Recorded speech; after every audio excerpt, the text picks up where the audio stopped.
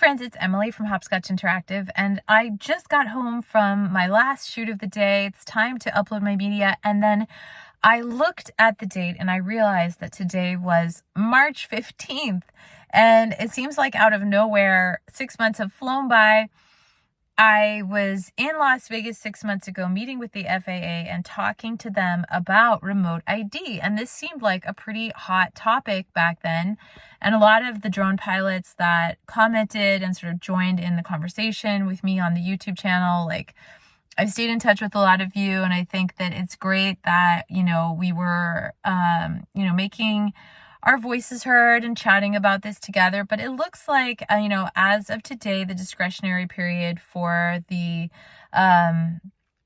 enforcement, of course, is going to be coming to an end. And tomorrow is the last day, or today is the last day. Tomorrow is when the enforcement begins on March 16th, 2024. What ended up happening with me, and I'm not sure if I've, clarified this with everybody, but I had purchased a remote ID module. It works just fine.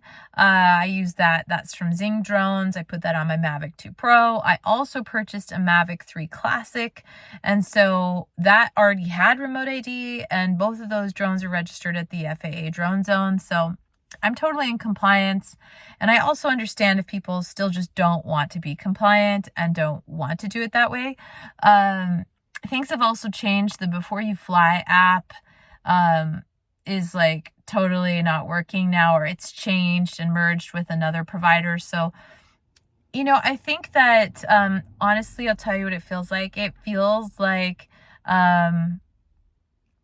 this isn't a top huge priority for the FAA. And it feels like, there would have been a lot more communication about it if they were really truly going to be doing a ton of enforcement on this, because I feel like, especially here in America, people need to be told like a lot, like there's going to be a consequence if you do it this way.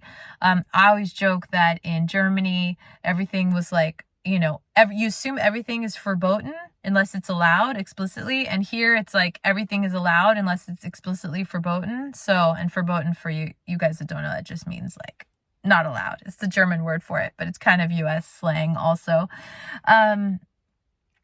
Anyway, I haven't really seemed to need this. It feels like you're operating a bit in a vacuum, and I don't even know that law enforcement is going to be checking on remote ID. But hey, I'm going to follow the rules. In any case, if anybody has trouble with it, let me know. I just did a short and I have a little quiz out there. So check that out. And, in the comments, please let us know what you're planning to do if you've already made a purchase of a remote ID broadcast module, especially for those of us whose drones were not updated.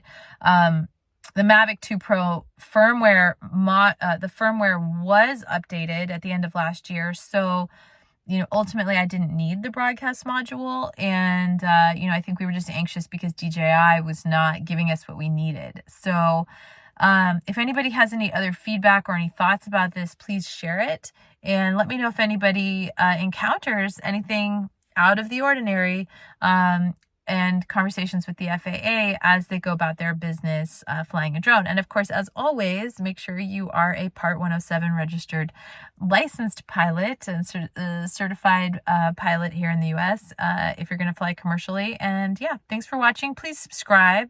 Please hit the like button. They say now you're supposed to say smash the like button. So whatever, just hit the like button and let me know if you like it. I appreciate it. And anyway, great staying in touch with y'all.